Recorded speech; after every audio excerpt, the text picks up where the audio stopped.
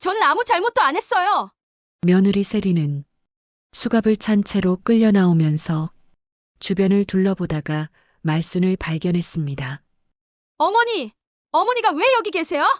며느리의 얼굴에는 당황스러움과 분노가 뒤섞여 있었습니다. 말순은 며느리를 똑바로 바라보며 말했습니다. 네가 우리 가족에게 한 짓을 다 알고 있어. 손주까지 이용해서 그런 나쁜 일을 하다니. 말순의 목소리는 떨렸지만 분노로 가득 차 있었습니다. 도대체 이게 무슨 상황일까요? 가족을 지키려던 할머니의 용기 있는 선택과 며느리의 충격적인 정체가 밝혀지는 이 이야기. 지금 바로 시작합니다. 이야기가 궁금하시다면 구독 버튼과 좋아요 한 번씩 눌러주세요. 여러분의 작은 관심이 더 좋은 이야기를 만드는 힘이 됩니다.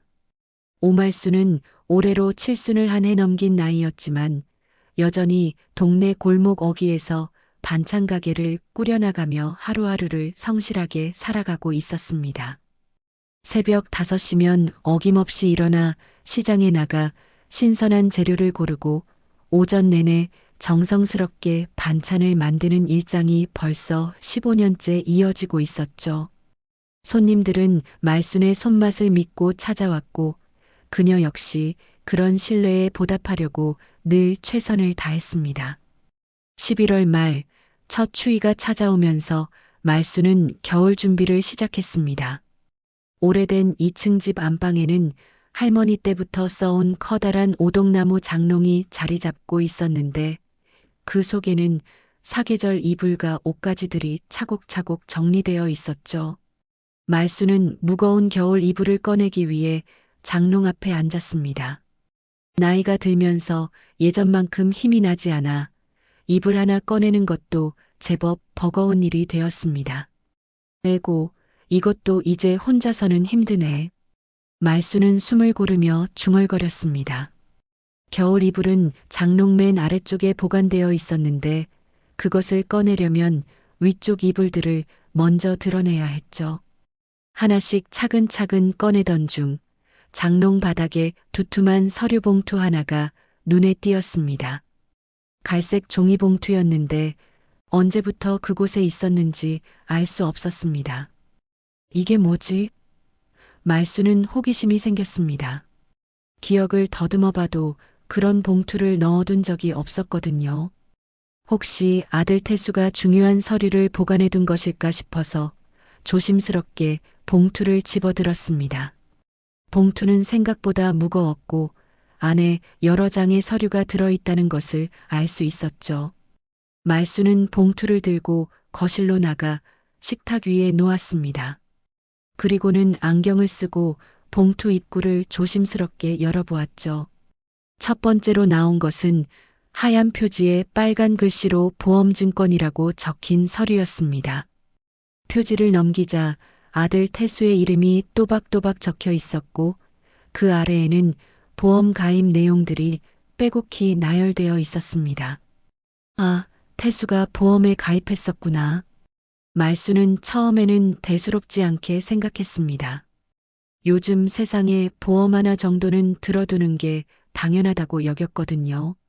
하지만 서류를 좀 더 자세히 들여다보니 이상한 점을 발견했습니다. 수익자란에 적힌 이름이 태수가 아니라 며느리 최세린의 이름이었던 것입니다. 이게 왜 세린이 이름으로 되어 있지?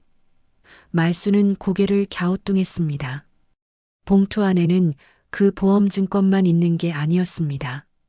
두 번째, 세 번째 서류를 꺼내보니 모두 보험증권이었는데 놀랍게도 그 중에는 말순 자신의 이름으로 가입된 것도 있었고 심지어 11살밖에 안 된 손주 김민호의 이름까지 있었습니다. 그런데 모든 증권의 수익자란에는 예외 없이 최세린의 이름만 단독으로 적혀 있었죠. 말순의 가슴이 서늘하게 내려앉았습니다. 이게 대체 뭐야? 보험에 대해서는 잘 모르지만 이상하다는 느낌만은 확실했습니다. 왜 자신이 모르는 사이에 자신의 이름으로 보험이 가입되었을까요? 그리고 왜 모든 수익자가 며느리로만 되어 있을까요? 말수는 서류들을 다시 한 장씩 천천히 살펴보았습니다. 가입일자를 보니 가장 오래된 것은 3년 전이었고 가장 최근 것은 불과 6달 전이었습니다. 보험료도 만만치 않았는데 월 보험료가 적게는 10만 원에서 많게는 50만 원까지였습니다. 이런 보험들이 도대체 몇 개나 되는 걸까 싶어서 하나씩 세어보니 모두 합쳐서 10건이 넘었습니다. 세린이가 언제 이런 걸? 말수는 당황스러웠습니다. 며느리 세린은 보험 설계사로 일하고 있다고는 했지만 가족들에게 이런 보험들을 가입시켰다는 얘기는 들어본 적이 없었거든요. 더군다나 자신이나 손주의 동의도 없이 보험에 가입시킨 것은 분명 잘못된 일이었습니다. 해가 저물어가는 저녁 시간, 말수는 보험 증권들을 바라보며 깊은 생각에 잠겼습니다. 뭔가 석연치 않은 일들이 벌어지고 있다는 불안감이 마음속 깊은 곳에서 올라왔습니다. 하지만 아직은 확신할 수 없었죠. 혹시 세린이가 가족을 위해 좋은 뜻으로 준비해둔 것일 수도 있다고 생각하려 했습니다. 그렇지만 가슴 한구석의 불안감은 쉽게 가라앉지 않았습니다. 보험증권을 발견한 지 사흘이 지났지만 말순의 마음속 불안감은 여전히 가라앉지 않았습니다. 평소와 다름없이 새벽에 일어나 반찬을 준비하고 가게를 열었지만 자꾸만 그 서류들이 머릿속에 떠올랐죠. 손님들과 이야기를 나누면서도 온전히 집중할 수 없었고 밤에는 잠도 제대로 오지 않았습니다. 아직 성급하게 판단하면 안 돼. 혹시 내가 잘못 생각하고 있는 건 아닐까? 말수는 스스로를 다독이려 했습니다. 며느리 세린과는 그동안 큰 갈등 없이 지내왔고 비록 친밀하지는 않았지만 나쁜 사람이라고 생각해 본 적은 없었거든요. 보험 설계사라는 직업상 가족들을 위해 미리 준비해 둔 것일 수도 있다고 여기려 했습니다. 그런데 바로 그날 오후 말순의 의심을 더욱 키우는 일이 벌어졌습니다. 가게에서 손님들에게 팔 반찬을 준비하고 있던 중 우체국 집배원이 가게 앞에 멈춰 섰습니다. 오말수님 맞으시죠? 등기우편입니다. 집배원이 건넨 봉투를 받아보니 발송인은 시내에 있는 큰 종합병원이었습니다. 병원에서 왜 우편이 오지? 말수는 의아해하며 봉투를 뜯어보았습니다. 안에는 진단서 발급 비용 영수증이라고 적힌 서류가 들어 있었는데 환자명은 바로 자신의 이름이었습니다. 진단받은 질병명을 보니 당뇨병, 고혈압, 관절염 등이 나열되어 있었고 발급 비용으로 15만 원이 청구되어 있었죠. 이게 도대체 뭔 소리야? 말수는 당황스러웠습니다. 자신이 그 병원에 가서 진단서를 발급받은 적이 전혀 없었거든요. 물론 나이가 들면서 여기저기 아픈 곳이 있기는 했지만 그렇다고 해서 정식으로 진단을 받은 것도 아니었고 무엇보다 진단서를 발급받을 이유가 전혀 없었습니다. 말수는 곧바로 병원에 전화를 걸었습니다. 여보세요, 오말순이라고 하는데요. 진단서 발급 영수증이 집으로 왔는데 제가 진단서를 발급받은 적이 없거든요. 혹시 잘못 발송된 건 아닌가요? 전화를 받은 병원 직원은 잠시 확인해 보더니 이렇게 답했습니다. 환자분 성함과 주민등록번호가 정확하게 일치하는데요. 지난달 23일에 진단서 3통을 발급하셨다고 나와 있습니다. 그럴 리가 없는데요. 저는 그날 병원에 간 적이 없어요. 말순의 목소리가 높아졌습니다. 하지만 병원 직원의 답변은 더욱 당황스러웠죠. 죄송하지만 이미 처리가 완료된 서류라서 더 이상 자세한 내용은 말씀드리기 어렵습니다. 개인정보 보호 때문에요. 혹시 궁금한 점이 있으시면 직접 방문하셔서 상담받으시기 바랍니다. 말수는 전화를 끊고 나서도 한동안 멍하니 서 있었습니다. 분명히 자신이 가보지도 않은 병원에서 자신의 이름으로 진단서가 발급되었다는 것이었습니다. 그것도 당뇨병, 고혈압, 관절염 같은 중요한 질병들 말입니다. 누군가 자신을 사칭해서 진단서를 받았다는 뜻일까요? 아니면 병원에서 실수를 한 것일까요? 하지만 곰곰 생각해 보니 더욱 이상한 점이 있었습니다. 진단서 발급일이 지난달 23일이었는데 그날은 평일이었고 말수는 분명히 가게에서 일하고 있었습니다. 그런데 누군가 자신의 이름으로 병원에 가서 진단서를 받았다는 것이죠. 주민등록번호까지 정확하게 알고 있어야만 가능한 일이었습니다. 혹시 말순의 머릿속에 불길한 생각이 스쳤습니다. 며칠 전 발견한 보험 증권들이 떠올랐죠. 자신도 모르는 사이에 가입된 보험들, 그리고 지금 자신도 모르는 사이에 발급된 진단서. 이 둘 사이에 어떤 연관성이 있는 것은 아닐까요? 말수는 서둘러 집으로 돌아가 다시 한번 보험 증권들을 꺼내 보았습니다. 이번에는 더욱 꼼꼼히 살펴보았죠. 보험 내용을 자세히 읽어보니 대부분이 질병이나 상해와 관련된 보험이었습니다. 특히 당뇨병, 고혈압 같은 질병에 대한 보장이 포함된 보험이 여러 개 있었죠. 병원에서 발급된 진단서와 정확히 일치하는 질병명들이었습니다. 이건 우연이 아니야. 말순의 가슴이 두근거리기 시작했습니다. 누군가 의도적으로 자신의 이름으로 진단서를 발급받았고 그것이 보험과 관련이 있을 가능성이 높다고 생각되었습니다. 그렇다면 그 누군가는 과연 누구일까요? 자신의 주민등록번호를 알고 있고 보험에 가입시킬 수 있는 사람은 가족밖에 없었습니다. 저녁 무렵 아들 태수가 집에 돌아왔습니다. 말수는 태수에게 병원 영수증을 보여주며 물어보았습니다. 태수야, 엄마가 언제 병원에 가서 진단서를 받았다고 했니? 태수는 영수증을 보더니 고개를 갸우뚱했습니다. 엄마, 이게 뭐예요? 엄마가 병원에 간 적 없잖아요. 그러게 말이야. 그런데 병원에서는 분명히 엄마 이름으로 진단서가 발급되었다고 하더라고. 말순의 말에 태수도 이상하다는 표정을 지었습니다. 혹시 병원에서 잘못한 건 아닐까요? 동명이인이 있을 수도 있고요. 하지만 말순은 그렇게 간단한 문제가 아니라는 것을 직감하고 있었습니다. 보험 증권들과 이 진단서 사이에는 분명히 어떤 연결고리가 있을 것입니다.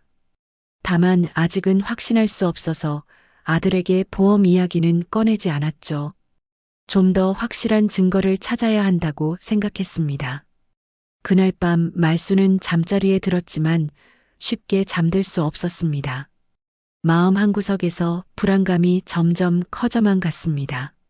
뭔가 큰 일이 벌어지고 있다는 예감이 들었지만 아직은 그 전체적인 그림을 파악할 수 없어서 더욱 답답했죠. 병원에서 온 이상한 고지서 때문에 잠 못 이룬 지 이틀째, 말수는 며느리 세린의 일상을 좀 더 자세히 관찰해 보기로 마음먹었습니다. 그동안은 며느리의 직업이 보험 설계사라는 것 정도만 알고 있었고, 구체적으로 어떤 일을 하는지에 대해서는 별로 신경 쓰지 않았거든요. 하지만 이제는 상황이 달랐습니다. 세린은 매일 아침 9시쯤 집을 나가서 저녁 8시가 넘어서야 돌아왔습니다. 보험일이 얼마나 바쁜지 몰라요. 고객들 만나느라 하루 종일 뛰어다녀야 해요. 세린이 늘 하는 말이었죠. 말순도 처음에는 그런가 보다 했습니다. 요즘 세상에 어떤 일이든 쉬운 게 없다고 생각했거든요. 그런데 어느 날 말순이 시장에 갔다가 돌아오는 길에 우연히 세린을 목격하게 되었습니다. 동네 경로당 앞에서 할머니 몇 분과 이야기하고 있는 모습이었는데 뭔가 열심히 설명하는 것 같았죠. 말수는 멀리서 지켜보았는데 세린이 서류 가방에서 여러 장의 서류를 꺼내 보여주며 계속 뭔가를 설명하고 있었습니다. 아, 일하는 모습이구나. 말수는 처음에는 그렇게 생각했습니다. 하지만 좀 더 자세히 보니 할머니들의 표정이 별로 좋지 않았습니다. 고개를 저으며 손사래를 치는 분들도 있었고 불편한 기색을 보이는 분들도 있었죠. 그런데도 세리는 포기하지 않고 계속 설득하는 것 같았습니다.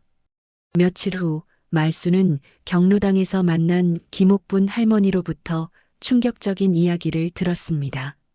말수나, 내 며느리가 우리한테 자꾸 보험 들라고 하는데 좀 이상하더라고.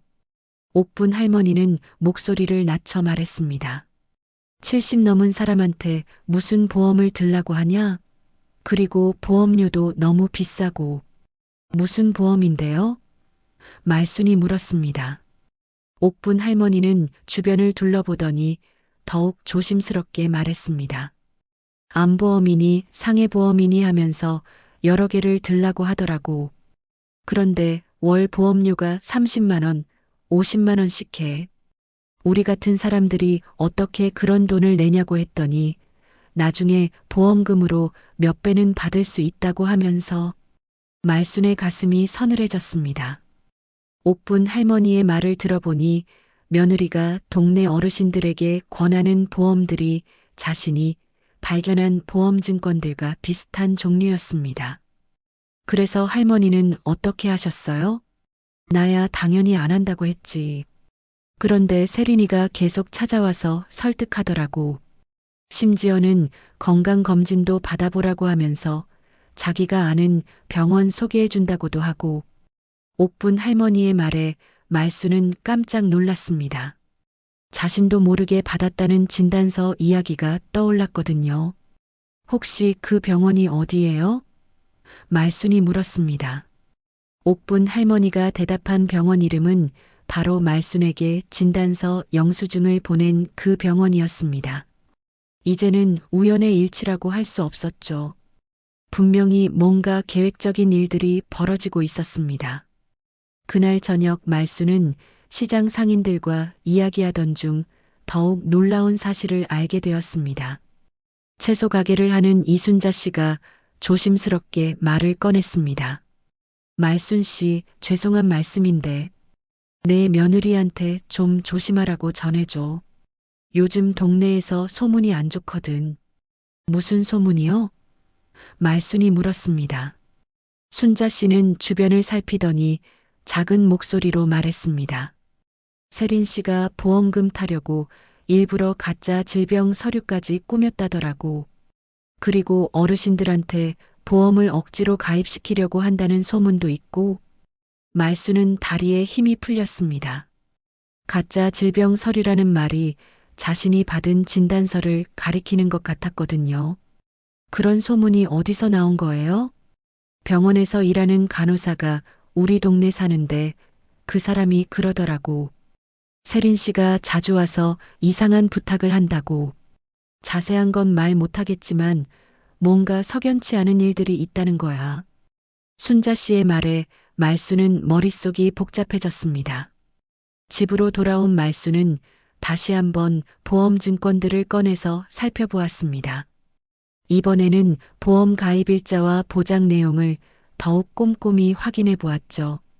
놀랍게도 자신의 이름으로 가입된 사망보험이 무려 5건이나 되었고 보험 금액도 각각 2억 원에서 2억 5천만 원까지였습니다. 아들 태수의 경우에는 더욱 심각했는데 사망보험금이 총 3억 원이 넘었습니다. 이게 정상적인 건가? 말수는 보험에 대해서는 잘 몰랐지만 상식적으로 생각해봐도 이상했습니다. 한 사람이 이렇게 많은 생명보험에 가입하는 게 가능한 일일까요? 그리고 왜 모든 수익자가 며느리로만 되어 있을까요? 더욱 충격적인 것은 손주 민호의 보험증권이었습니다. 11살밖에 안 된 아이의 이름으로 사망보험과 상해보험이 무려 6건이나 가입되어 있었거든요. 아무리 생각해도 이건 정상이 아니었습니다. 누가 초등학생에게 이런 보험들을 가입시킨단 말입니까? 말수는 가슴이 두근거렸습니다. 며느리 세린이 동네에서 하고 있는 일들, 자신도 모르게 발급된 진단서, 그리고 가족들 명의로 가입된 수많은 보험들. 이 모든 것들이 하나의 큰 그림을 이루고 있는 것 같았습니다. 그리고 그 그림의 중심에는 며느리가 있었죠. 설마 그런 일이. 말수는 상상하기도 싫은 생각들이 머릿속을 스쳐 지나갔습니다. 하지만 아직은 확실하지 않았습니다. 좀 더 확실한 증거가 필요했죠. 그리고 무엇보다 가족들의 안전을 지켜야 했습니다. 특히 아무것도 모르는 손주 민호를 보호해야 했습니다. 그날 밤 말수는 잠들지 못하고 천장만 바라보며 생각에 잠겼습니다. 우리 집안이 어디로 끌려가고 있는 거지? 깊은 두려움이 가슴 깊숙한 곳에서 올라왔지만 동시에 가족을 지켜야 한다는 의지도 점점 강해져 갔습니다. 며느리 세린에 대한 의심이 점점 커져가던 중 말수는 더 이상 혼자서만 고민할 수 없다고 생각했습니다. 아무리 며느리라고 해도 가족들의 생명과 관련된 일이라면 아들에게 알려야 했죠. 하지만 어떻게 말을 꺼내야 할지 고민이 되었습니다. 잘못 말했다가 가족 간에 큰 갈등이 생길 수도 있었거든요. 며칠을 망설이던 말수는 결국 토요일 저녁을 택했습니다. 태수가 평소보다 일찍 집에 와서 혼자 맥주를 마시고 있을 때였죠.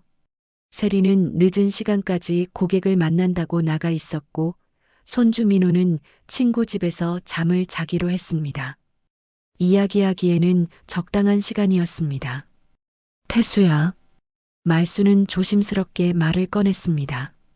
엄마가 좀 이상한 걸 발견했는데 너한테 물어볼 게 있어. 태수는 맥주잔을 내려놓으며 고개를 들었습니다. 뭔데요, 엄마? 말수는 미리 준비해둔 보험 증권들을 꺼내 식탁 위에 놓았습니다. 이것들 좀 봐. 엄마가 장롱 정리하다가 발견한 건데. 태수는 처음에는 대수롭지 않게 서류들을 집어들었지만 점점 얼굴색이 변해갔습니다. 이게 뭐예요? 태수의 목소리에 당황스러움이 배어 있었습니다. 자신의 이름으로 가입된 보험들이 이렇게 많다는 것을 처음 알았기 때문이었죠. 엄마, 저는 이런 보험 가입한 적 없어요. 세린이한테도 이런 얘기 들어본 적 없고요. 그래서 엄마가 이상하다고 생각하는 거야. 말수는 태수의 반응을 보며 안도감을 느꼈습니다. 적어도 아들은 이 일에 직접적으로 연루되지 않았다는 것을 알 수 있었거든요. 그런데 더 이상한 건 수익자가 다 세린이로 되어 있다는 거야. 그리고 엄마 이름으로도 보험이 가입되어 있어. 태수는 서류들을 한 장씩 넘겨보며 점점 심각한 표정을 지었습니다. 엄마까지요? 엄마는 언제 보험에 가입하셨어요? 말수는 고개를 저었습니다. 엄마도 전혀 모르는 일이야. 그런데 민호 이름으로도 보험이 가입되어 있더라고. 민호까지요? 태수의 얼굴이 창백해졌습니다. 자신도 모르는 일이라면 넘어갈 수 있었지만 아들까지 연루된 일이라면 문제가 심각했거든요. 도대체 이게 어떻게 된 일이죠? 말수는 태수에게 병원에서 온 진단서 영수증도 보여주었습니다. 그리고 이것도 봐. 엄마가 가보지도 않은 병원에서 진단서가 발급되었다고 하더라고. 보험에 나와 있는 질병명이랑 똑같은 병들로 말이야. 태수는 영수증을 보더니 심호흡을 했습니다. 이건 정말 이상해요, 엄마. 누군가 엄마를 사칭해서 병원에 간 거잖아요. 그리고는 잠시 생각에 잠기더니 조심스럽게 말했습니다. 혹시 세린이가 관련되어 있는 건 아닐까요? 엄마도 그게 의심스러워서 너한테 얘기하는 거야. 말수는 태수의 반응을 보며 다행이라고 생각했습니다. 아들도 상황의 심각성을 이해하고 있었거든요. 세린이가 보험 설계사니까 이런 일이 가능한 거 아니겠어? 하지만 태수는 쉽게 결론을 내리지 못했습니다. 그래도 아내가 그런 일을 할 리는 없을 텐데. 태수의 목소리에는 확신이 없었습니다. 사실 그동안 세린과의 관계가 그리 원만하지만은 않았거든요. 특히 돈 문제로는 자주 다퉜었죠. 태수야, 솔직히 말해봐. 세린이가 집안 경제를 어떻게 관리하고 있어? 말순이 물었습니다. 태수는 잠시 망설이더니 한숨을 내쉬었습니다. 사실 제가 몇 년 전에 사업 실패로 빚이 좀 있어서요. 그래서 세린이가 모든 돈 관리를 하고 있어요. 제 통장도 카드도 다 세린이가 관리하고요. 그렇구나. 말수는 상황을 이해하기 시작했습니다. 며느리가 집안의 모든 금융 업무를 관리하고 있다면 가족들 명의로 보험을 가입시키는 것도 충분히 가능했죠. 그럼 태수는 세린이가 뭘 하는지 전혀 모르고 있었던 거네? 네. 부끄러운 얘기지만 저는 세린이가 시키는 대로만 했어요. 서류에 사인하라고 하면 사인하고 병원에 가자고 하면 따라가고. 태수는 고개를 숙였습니다. 그런데 병원에서 진단서를 발급받은 기억은 없어요. 말수는 태수의 말을 듣고 더욱 확신이 섰습니다. 며느리가 가족들을 이용해서 뭔가 불법적인 일을 저지르고 있다는 것이 거의 틀림없었거든요. 태수야, 이건 정말 심각한 문제야. 우리가 가만히 있으면 안 돼. 하지만 태수는 여전히 망설였습니다. 그래도 섣불리 판단하면 안 되지 않을까요? 세린이한테 직접 물어보는 게 어떨까요? 태수는 아내를 의심하고 싶지 않았습니다. 비록 관계가 좋지는 않았지만 그래도 가족이었거든요. 물어본다고 해서 솔직히 대답할까? 말수는 고개를 저었습니다. 이미 우리 모르게 이런 일들을 해왔는데 이제 와서 솔직히 말할 리 있겠어? 말순의 말이 옳았지만 태수는 쉽게 받아들이기 어려웠습니다. 바로 그때 현관문이 열리는 소리가 들렸습니다. 세린이 돌아온 것이었죠. 말순과 태수는 서둘러 서류들을 치웠지만 세린은 이미 두 사람의 심각한 분위기를 눈치챘습니다. 뭘 그렇게 심각하게 이야기하셨어요? 아, 별거 아니야. 태수가 어색하게 대답했습니다. 하지만 세린은 의심스러운 눈초리로 시어머니와 남편을 번갈아 보았습니다. 혹시 저에 대한 이야기였나요? 말수는 세린을 똑바로 쳐다보았습니다. 세린아, 너 요즘 일이 많이 바쁘다며? 말순이 조심스럽게 물었습니다. 며느리의 눈빛에서 뭔가 경계하는 기색을 읽을 수 있었죠. 네, 보험 일이 워낙 바빠서요. 고객들 관리하는 것도 쉽지 않고. 세린의 대답은 평소와 다름없었지만 말순에게는 모든 것이 거짓말로 들렸습니다. 동네 어르신들도 많이 만나고 있다며? 세린의 표정이 미묘하게 변했습니다. 네. 그런데 왜 그런 걸 물어보세요? 말수는 더 이상 묻지 않았습니다. 지금은 때가 아니었거든요. 좀 더 확실한 증거를 모아야 했습니다. 그날 밤 태수는 말순에게 조용히 말했습니다. 엄마, 세린이 행동을 좀 더 지켜봅시다. 그리고 확실한 증거가 나오면 그때 대처해요. 말순은 고개를 끄덕였습니다. 아들의 말이 맞았습니다. 성급하게 행동해서는 안 되었죠. 하지만 말순의 마음속 불안감은 더욱 커져만 갔습니다. 며느리의 진짜 정체가 드러나는 것은 시간 문제였습니다.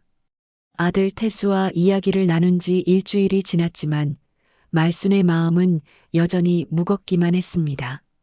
며느리 세린을 지켜보려고 했지만 평소와 다름없이 행동하는 모습을 보며 오히려 더욱 의심스러웠죠.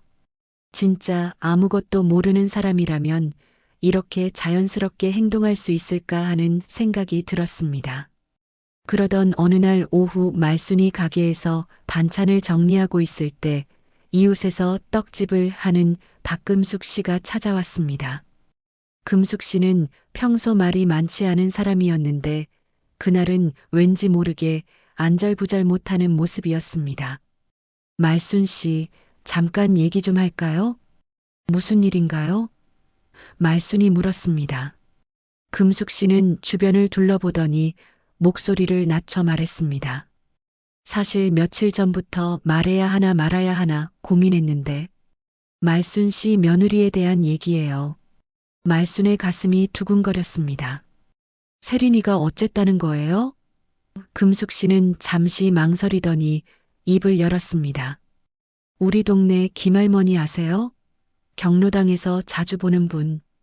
그분이 며칠 전에 저한테 와서 하시는 말씀이 세린 씨가 보험금 타려고 일부러 가짜 질병 서류까지 꾸몄다더라고요.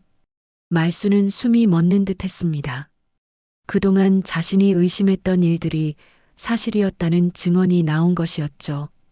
그런 얘기를 누가 했다는 거예요? 김할머니 아들이 그 병원에서 일하거든요. 원무과에서 일하는데 세린 씨가 자주 와서 이상한 부탁을 한다는 거예요. 환자도 데려오지 않고 혼자 와서 진단서를 발급해달라고 한다는 거죠. 금숙 씨의 말을 들으며 말수는 온몸에 소름이 돋았습니다. 그리고 또 금숙 씨가 계속 말했습니다. 세린 씨가 동네 어르신들한테 보험 가입시키려고 하는 것도 이상하다고 하더라고요. 나이 많은 분들한테 생명보험을 여러 개씩 들라고 하면서 나중에 큰 돈 받을 수 있다고 꼬시고 있다는 거예요. 말수는 더 이상 들을 수 없었습니다. 그동안의 의심들이 모두 사실이었던 것입니다. 금숙 씨, 그 얘기 확실한 거예요? 금숙 씨는 고개를 끄덕였습니다. 김할머니가 거짓말할 분은 아니잖아요. 그리고 워낙 걱정되어서 저한테 말씀하신 거예요. 말수는 서둘러 가게 문을 닫고 집으로 돌아갔습니다. 이제는 더 이상 망설일 시간이 없었습니다. 확실한 증거를 찾아야 했죠. 집에 도착한 말수는 다시 한번 장롱에서 보험증권들을 꺼내 식탁 위에 놓고 꼼꼼히 살펴보기 시작했습니다. 이번에는 각 보험의 가입 조건과 보장 내용을 더욱 자세히 읽어보았습니다.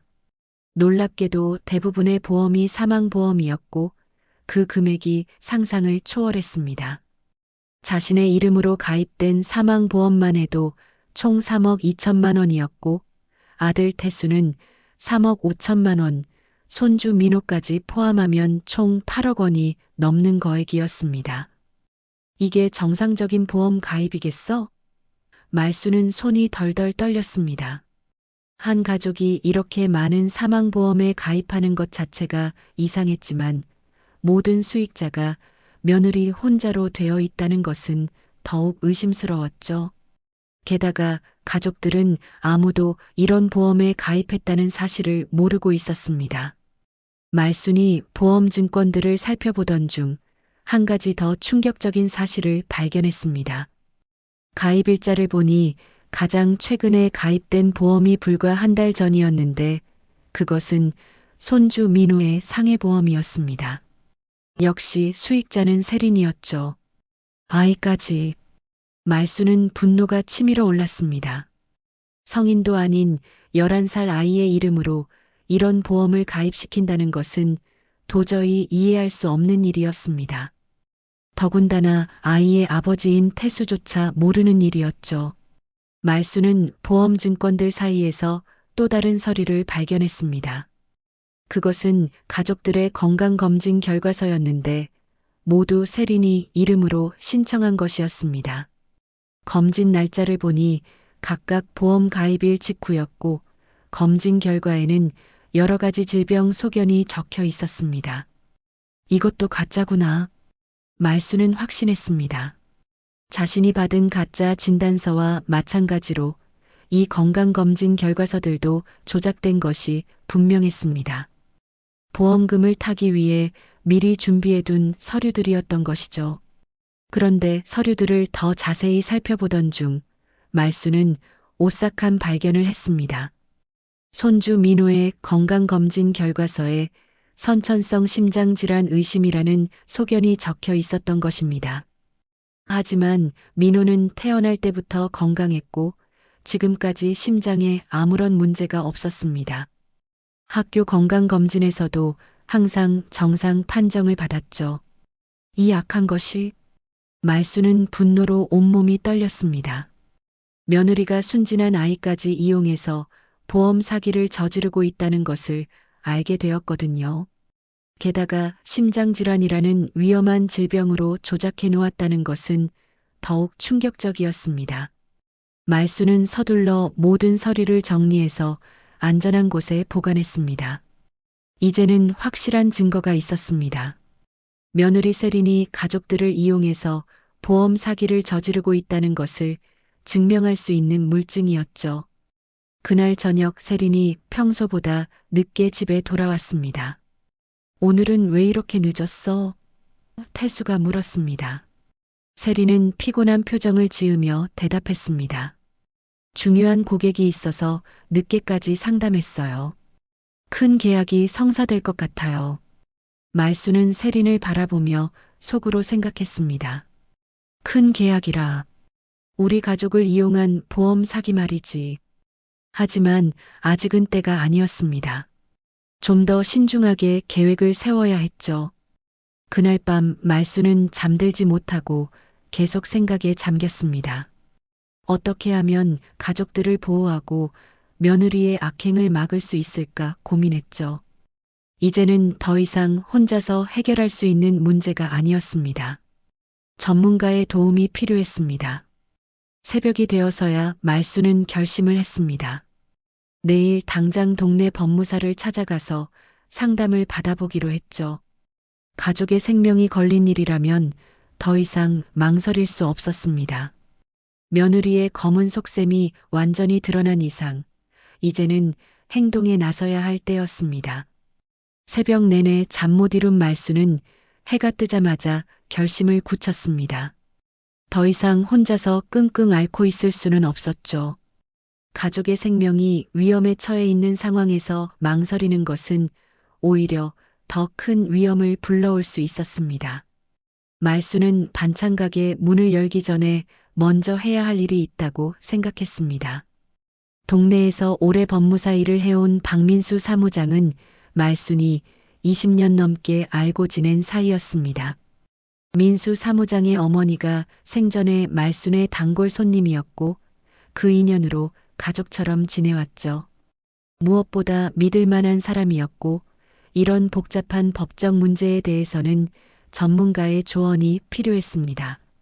아침 9시 말수는 모든 증거 서류를 들고 박민수 사무장의 사무실을 찾아갔습니다. 어머니, 이른 시간에 무슨 일이세요?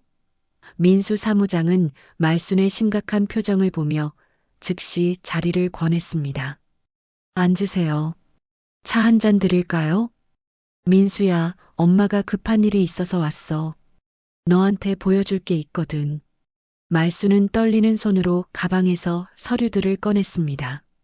보험증권들, 가짜 진단서 영수증, 조작된 건강검진 결과서 등을 차례대로 책상 위에 놓았죠. 박민수 사무장은 처음에는 대수롭지 않게 생각했지만 서류들을 하나씩 살펴볼수록 표정이 심각해졌습니다. 어머니, 이게 다 뭐예요? 이 보험증권들은. 그는 특히 수익자란에 모두 같은 이름이 적힌 것을 보고 눈썹을 찌푸렸습니다. 우리 며느리 짓이야. 말수는 지난 며칠 동안 있었던 일들을 자세히 설명했습니다. 장롱에서 발견한 보험증권들, 자신도 모르게 발급된 진단서, 동네에서 들려오는 소문들까지 빠뜨리지 않고 모든 것을 털어놓았죠. 박민수 사무장은 말순의 이야기를 들으며 점점 더 심각한 표정을 지었습니다.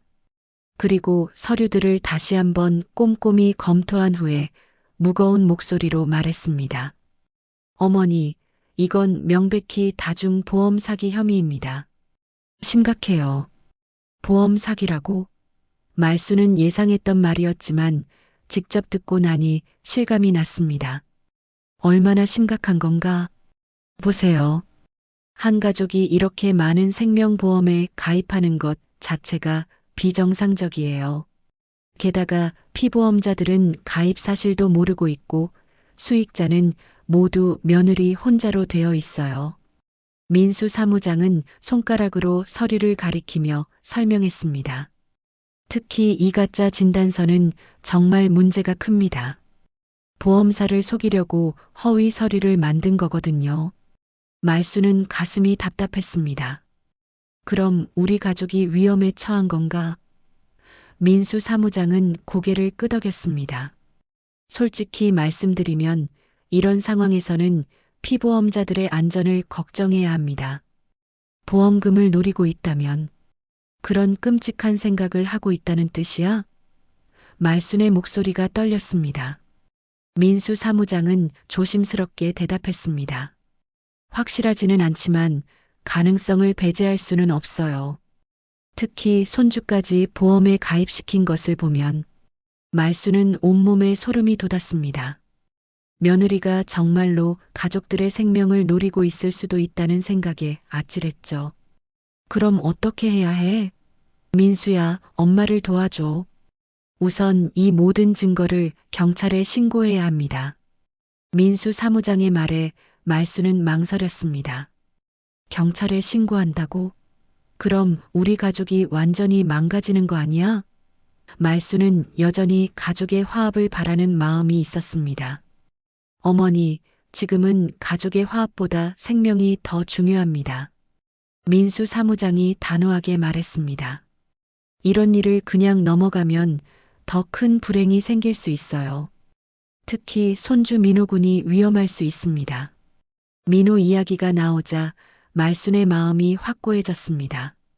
손주만큼은 반드시 지켜야 했죠. 알겠어. 그럼 어떻게 신고하면 돼? 제가 경찰서에 연락해서 상황을 설명하겠습니다. 그리고 어머니는 이 서류들을 모두 복사해서 원본은 안전한 곳에 보관하세요. 민수 사무장은 신속하게 계획을 세웠습니다. 그리고 당분간은 며느리에게 절대 이 일을 알리시면 안 됩니다. 증거를 인멸할 수도 있거든요. 말수는 고개를 끄덕였습니다. 그럼 태수는 어떻게 하지? 아들한테는 미리 얘기해야 하는 거 아니야? 민수 사무장은 잠시 생각하더니 대답했습니다. 태수 씨에게는 경찰 조사가 시작되기 직전에 알리는 게 좋겠어요. 미리 알면 며느리에게 말할 수도 있거든요.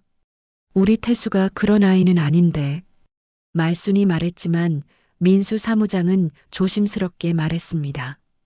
어머니, 지금은 조심해야 할 때입니다. 아무리 가족이라도 섣불리 믿으면 안 돼요.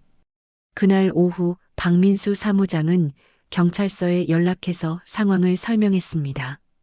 경찰에서도 이 사건의 심각성을 인정하고 즉시 수사에 들어가기로 했죠. 특히 다중보험 가입과 허위 진단서 발급은 명백한 범죄 행위였기 때문입니다. 경찰은 우선 은밀하게 수사를 진행하기로 했습니다. 세린의 보험 설계사 활동을 조사하고 병원에서의 허위 서류 발급 경위를 파악하는 것이 첫 번째 목표였죠. 그리고 필요하다면 가족들의 안전을 위해 보호 조치도 취하기로 했습니다. 말수는 집으로 돌아가는 길에 마음이 복잡했습니다. 한편으로는 올바른 일을 하고 있다는 확신이 있었지만 다른 한편으로는 가족이 완전히 무너질 수도 있다는 두려움이 있었죠. 하지만 손주 민호의 얼굴을 떠올리니 마음이 단단해졌습니다. 이제 돌이킬 수 없어. 끝까지 가야 해. 말수는 혼잣말로 중얼거렸습니다. 목숨보다 소중한 가족을 지키기 위해서는 진실을 드러내는 것이 유일한 길이었습니다. 비록 과정이 힘들더라도 정의로운 선택을 한 것에 대한 후회는 없었죠. 그날 저녁 세린이 평소보다 일찍 집에 돌아왔습니다. 오늘은 왜 일찍 왔어? 태수가 물었습니다. 세린은 웃으며 대답했습니다. 큰 계약이 성사되어서 기분이 좋아요. 오늘은 가족과 함께 시간을 보내고 싶어서요. 말수는 며느리를 바라보며 속으로 생각했습니다. 큰 계약이라. 곧 그 계약의 정체가 드러날 거야. 하지만 겉으로는 아무렇지 않은 척했습니다. 이제는 시간 문제였습니다. 곧 모든 진실이 밝혀질 것이고 정의가 실현될 것이었습니다. 경찰에 신고한 지 사흘째 되는 날, 박민수 사무장으로부터 긴급한 연락이 왔습니다. 어머니, 경찰에서 오늘 저녁에 함정 수사를 진행하기로 했어요. 며느리가 보험금 청구를 위해 병원에 가려고 한다는 첩보를 입수했거든요. 말수는 가슴이 두근거렸습니다. 드디어 결정적인 순간이 다가온 것이었죠. 함정 수사라고? 말순이 물었습니다. 민수 사무장은 설명을 계속했습니다. 세린 씨가 오늘 저녁에 병원에 가서 또 다른 허위 진단서를 발급받으려고 한다는 정보가 있어요. 경찰에서는 현장에서 체포하기로 했습니다. 어머니도 증인으로 함께 가셔야 해요. 말수는 잠시 망설였습니다. 직접 며느리가 체포되는 장면을 보는 것이 과연 옳은 일일까 싶었거든요. 하지만 지금까지 온 이상 끝까지 가야 한다고 생각했습니다. 알겠어요. 몇 시에 만날까요? 저녁 7시에 병원 앞에서 만나요. 경찰분들도 그 시간에 오기로 했거든요. 민수 사무장의 말에 말수는 고개를 끄덕였습니다.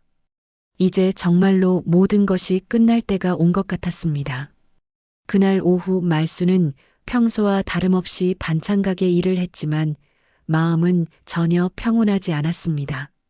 손님들과 이야기를 나누면서도 자꾸만 저녁 일이 생각났죠. 과연 세린이 정말로 나타날까? 그리고 현장에서 체포될까? 오후 5시쯤 세린이 집에 들렀습니다. 어머니, 저 오늘 저녁에 늦을 것 같아요. 중요한 고객을 만나야 해서요. 세린의 말을 들으며 말수는 속으로 생각했습니다. 중요한 고객이 아니라 병원에 가서 나쁜 짓을 하러 가는 거지. 그래, 조심해서 다녀와. 말수는 최대한 자연스럽게 대답했습니다. 세린은 평소와 다름없는 표정으로 집을 나갔지만 말수는 며느리의 뒷모습을 보며 복잡한 감정이 들었습니다. 저녁 7시 말수는 박민수 사무장과 함께 병원 앞에서 경찰을 만났습니다.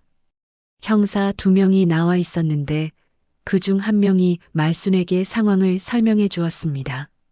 어머니, 저희가 병원 내부에 미리 잠복해 있을 예정입니다. 세린 씨가 허위 서류 발급을 요구하는 순간 현행범으로 체포할 거예요. 정말로 올까요? 말순이 물었습니다. 형사는 자신 있게 대답했습니다. 병원 직원 중에 협조자가 있어서 세린 씨가 오늘 저녁 8시에 오기로 약속했다는 걸 확인했습니다. 아마 손주분 관련 서류를 또 조작하려고 하는 것 같아요. 말수는 가슴이 철렁 내려앉았습니다.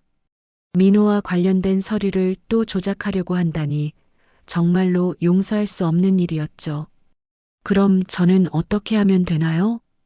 어머니는 저희와 함께 병원 로비에서 기다리시면 됩니다. 체포 후에 현장 확인을 위해 필요하거든요. 형사의 설명을 들으며 말수는 긴장이 되었지만 동시에 안도감도 느꼈습니다.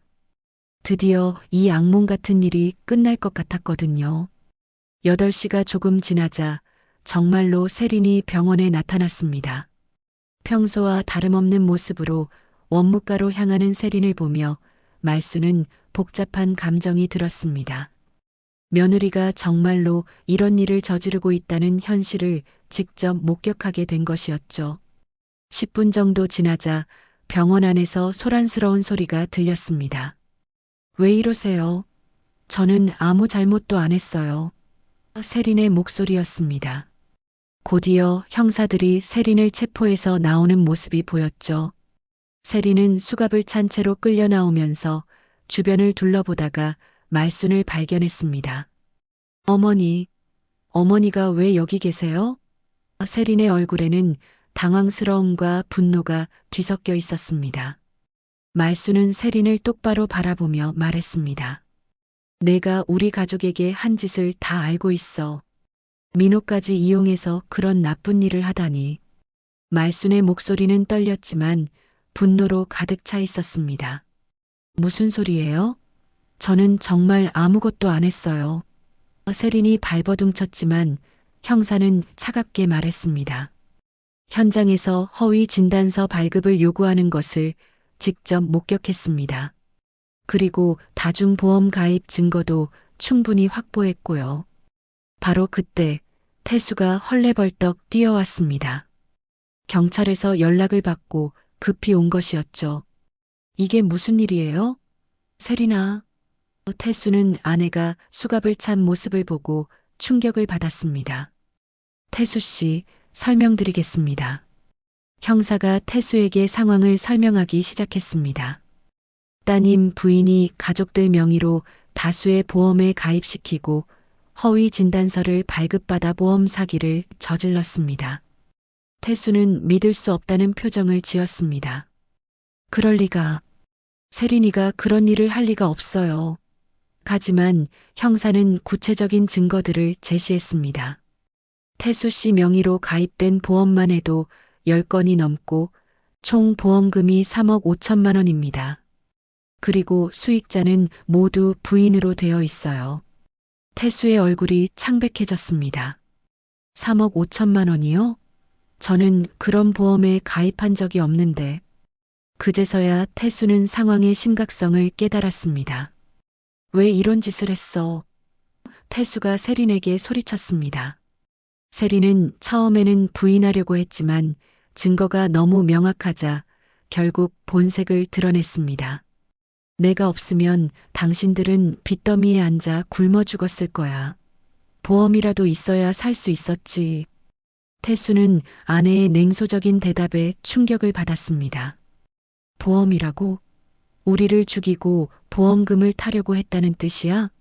세린은 비웃으며 대답했습니다. 당신 같은 무능한 남편과 늙은 시어머니, 그리고 돈만 들어가는 아이. 차라리 없는 게 나았어. 순간 태수의 얼굴이 무너져 내렸습니다. 자신이 사랑했던 아내가 실제로는 자신과 가족을 돈으로만 생각하고 있었다는 것을 깨달았거든요. 세린아, 어떻게 그런 말을 할 수 있어? 말수는 며느리의 진짜 모습을 보며 분노보다는 서늘함을 느꼈습니다. 정말로 가족의 생명을 노리고 있었다는 것이 확인된 순간이었죠. 내가 정말 그런 사람이었구나. 형사들은 세린을 경찰차에 태우며 말했습니다. 일단 구속영장을 신청할 예정입니다. 증거가 명확해서 기소는 확실할 것 같아요. 세린은 끝까지 저항했지만 결국 경찰차에 태워져 사라졌습니다. 병원 앞에 남은 말순과 태수는 한동안 말없이 서 있었습니다. 지난 몇 년간 함께 살았던 며느리가 실제로는 가족을 해치려고 했다는 현실이 받아들여지지 않았거든요. 엄마, 정말 죄송합니다. 태수가 고개를 숙이며 말했습니다. 제가 못나서 이런 일이 생겼어요. 하지만 말수는 아들의 어깨를 다독이며 말했습니다. 내 잘못이 아니야. 우리가 속은 거지. 중요한 건 이제 모든 게 끝났다는 거야. 그날 밤 집으로 돌아온 말순과 태수는 오랫동안 이야기를 나누었습니다.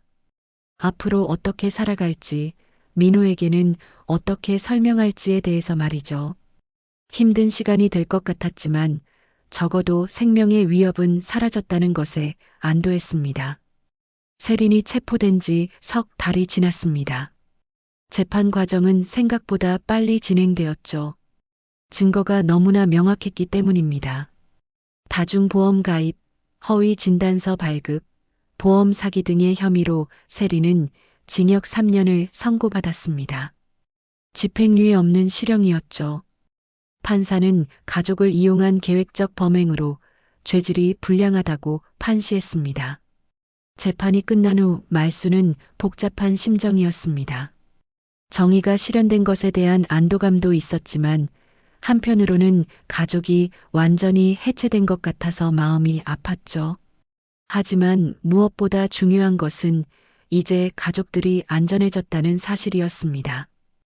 태수는 세린과 이혼 절차를 밟았습니다. 처음에는 망설였지만 더 이상 함께 살 수 없다는 결론에 이르렀죠. 엄마, 제가 너무 한심해서 이런 일이 생긴 거예요. 태수는 자주 자책했지만 말수는 그럴 때마다 아들을 위로했습니다. 태수야, 이제 지나간 일이야. 우리는 앞만 보고 살아가야 해. 말순의 말에 태수는 조금씩 마음을 다잡기 시작했습니다. 그리고 새로운 출발을 위해 택시 운전을 시작했죠. 처음에는 서툴렀지만 성실한 성격 덕분에 점점 안정적인 수입을 올릴 수 있게 되었습니다. 가장 큰 걱정은 손주 민호였습니다. 엄마가 감옥에 가게 된 상황을 어떻게 설명해야 할지 고민이 많았거든요.